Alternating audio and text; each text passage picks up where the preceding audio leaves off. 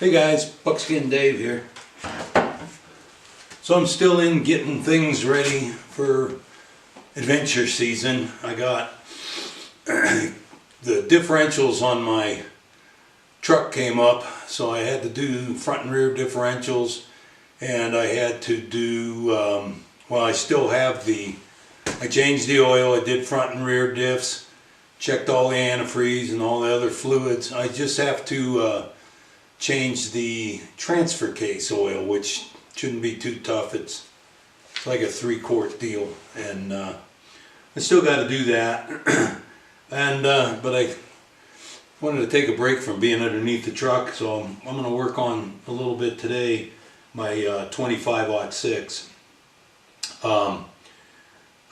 You probably remember I've been loading them 117s because I couldn't get any 120s, and a while back I found some Grand Slam, or Spears, 120 grain bullets, and so I'm going to load up some of those and see how they work out of this gun. You know, the 25-06 to me is really versatile, because if I have that gun in the truck, and I have to be opportunistic a lot of the times, and if I have that gun in the truck, anything from a coyote to an elk, or even a small bear, you know, like a black bear, the 25-06 will do the work. I've shot several coyotes with them 117s, and as long as I do my job and I put it into the rib cage and don't hit any big bones, it'll just punch a hole through, and there's very minimal stitching on the other side. And I've killed elk with it, I've killed deer. I've never shot a bear with a 25-06, however I know a lot of people that have. And for an elk gun, I'd like the 120s to be in there. Now, I'm not saying it's a real long-range elk cartridge, but I don't usually shoot really long range anymore. I say if you keep it under 300, and definitely under 200, you'd be in fantastic shape with the 25-06 on elk. So anyway, come on with me, let's go outside and fire these two at the steel, and let's see how they perform. Oh, okay, I lied a little bit. We're going to shoot at 150 yards, which shouldn't be that much more for this cartridge. I got my 8-inch 150 yard steel there, so let's give her a try.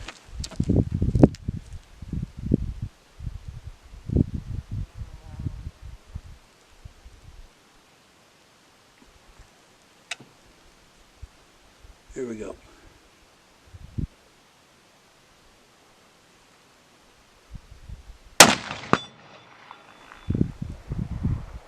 Oh, good.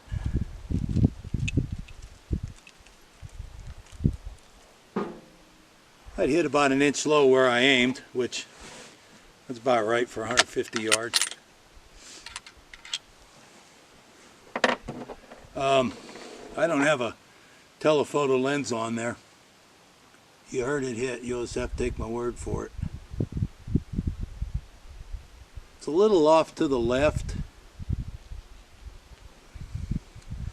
Let's try a second shot. Let's see if that has anything to do with me pulling it, or if it needs adjustment.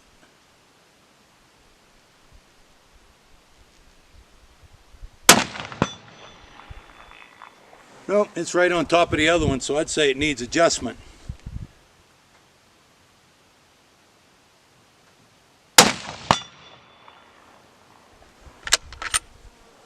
Okay.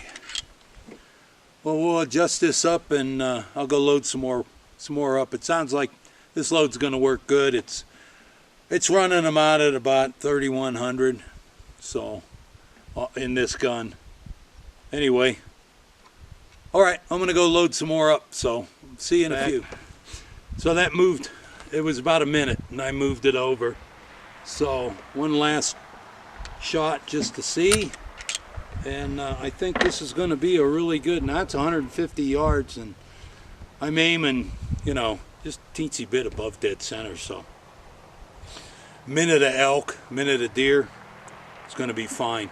And once I load a few more of these up, we'll shoot it at 2 and 300 and 400 yards and see how she does.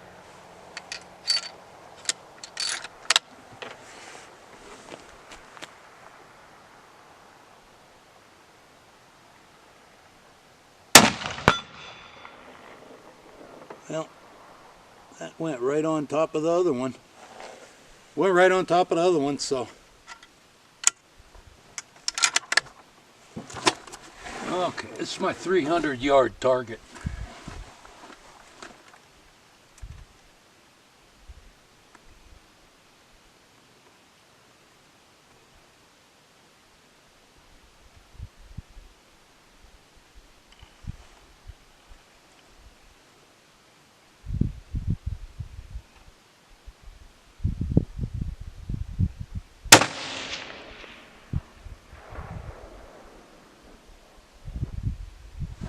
Okay, just a little bit low.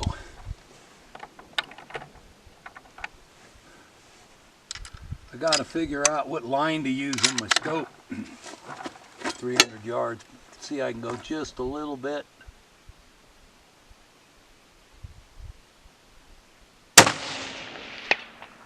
There you go.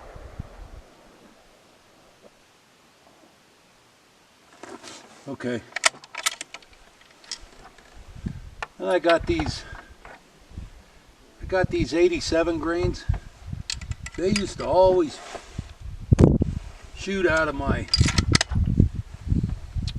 Mauser really well, and I don't use them much because that 117 doesn't destroy a coyote hardly at all, and just having a 117 in there, then you can use it for coyotes or deer. But I loaded up a bunch of these 87s.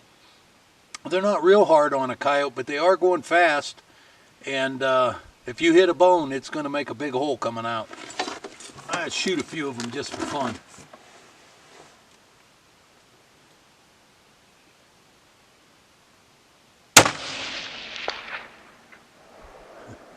They don't make as big a bang when they hit the target, being 87 grains, but they sure get there quick. I don't use them much anymore, but it's nice to know where they hit.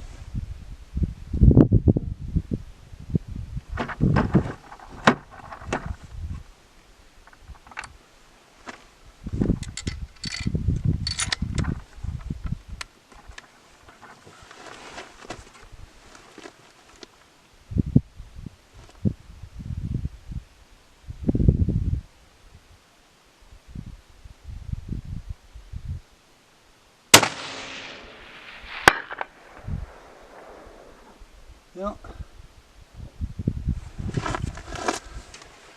that was 455 yards.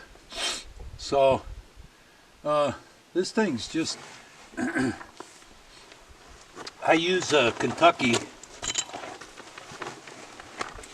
I use Kentucky windage. I have the reticle has 3 or 4 lines, so I can work my way out. And this one I put the 300-yard line right under that 450-yard target, and it seems like it hit pretty damn close to center.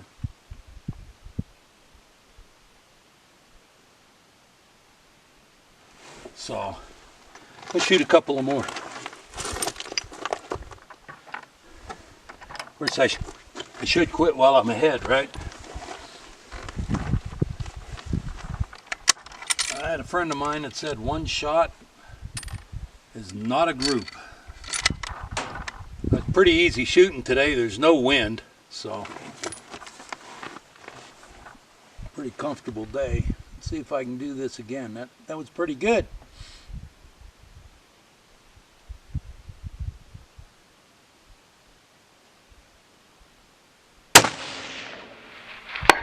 Yep. We know which one to hit.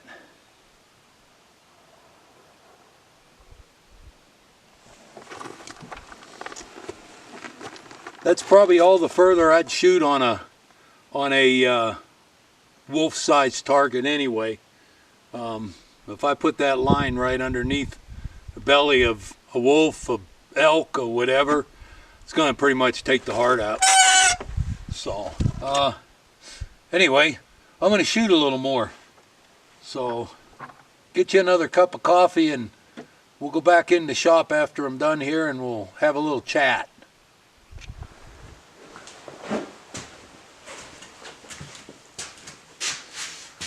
What a pleasant day shooting. Let me get this out of your way. This is a knife I've been working on this knife for probably 4 years. I finally got after it. This is a hammered forged steel blade. I did not hammer it out, but I finished it, and I put the angle in and kind of shaped it a little bit more, and took off all the area here that needs to be cleaned off to make an edge. It needs sharpened. And then this is my second coat of I put some permalin on this, kind of seal up that's an elk antler handle. Anyway, now it's getting to the point where a guy can probably finish it up and make a sheath for it, and then it'll be off to a new owner. Anyway, it's really nice to follow up a shooting session, especially like today. That was just dandy. I hit just about everything I wanted to.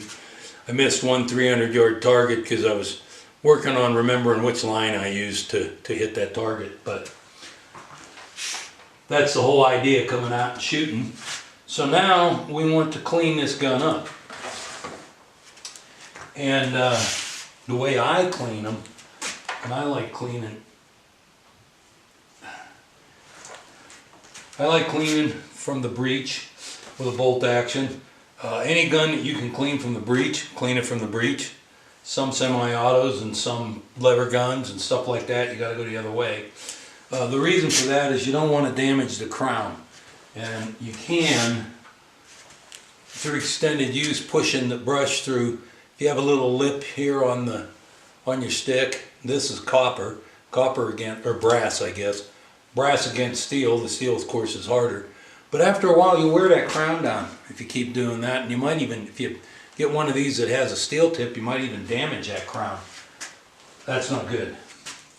So this is a 25 caliber, so I have a 25 caliber brush.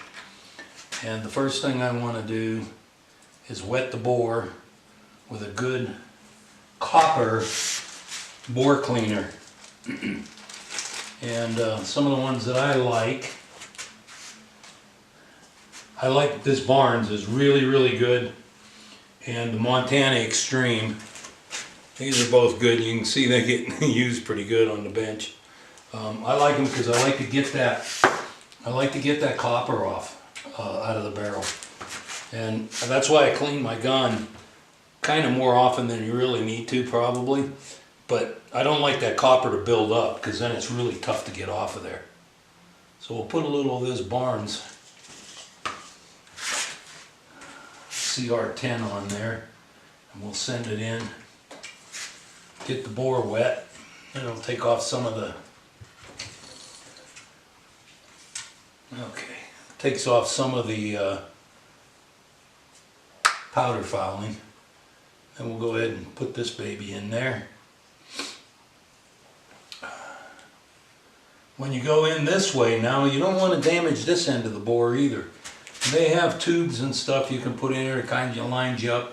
I find that if you're just careful and you don't bang it into the edge of that throat, you'll be okay.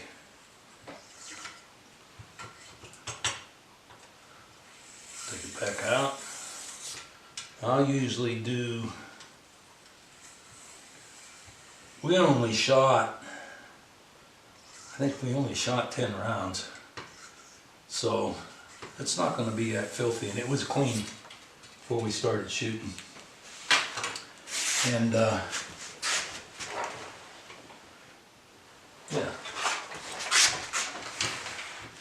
Then I'll run that wet patch through there again, and then we'll take a look and see if there's any copper. Did I set that thing yet? Huh? And then we'll wipe it, and then I look in the barrel with a flashlight, and usually your copper deposits are right up at the face there. And what's going on here? That one got jammed in there funny. There we go.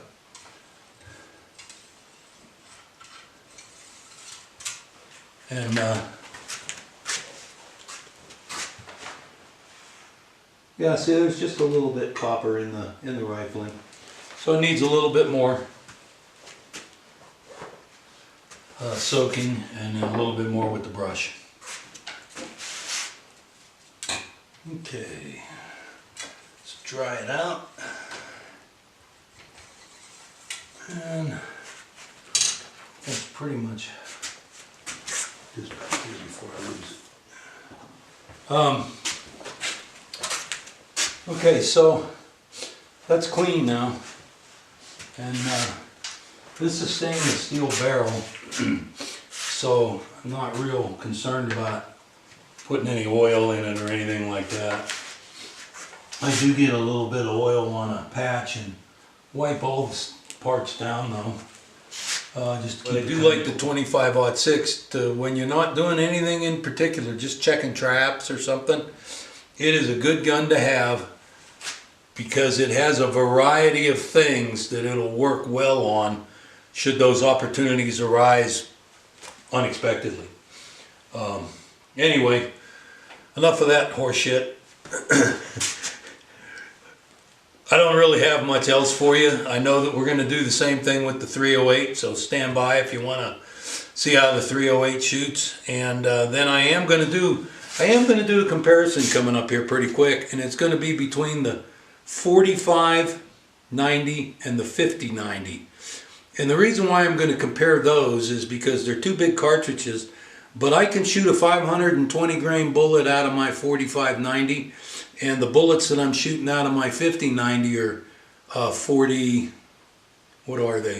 515 grains. So those are two similar things coming out of different cartridges, so I will do a little comparison on that. So stick with me if you think you want to see something about that. Other than that, till next time, Buckskin Dave, see you around.